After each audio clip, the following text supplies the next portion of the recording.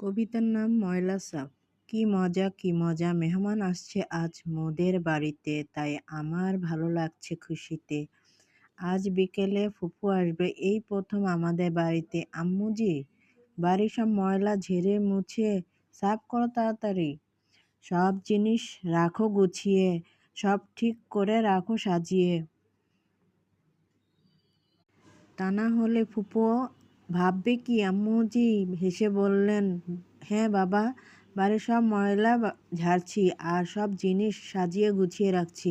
ছোট্ট রোকন প্রশ্ন করে, আব্বুজি, সত্যি ফুপু আসবে কি?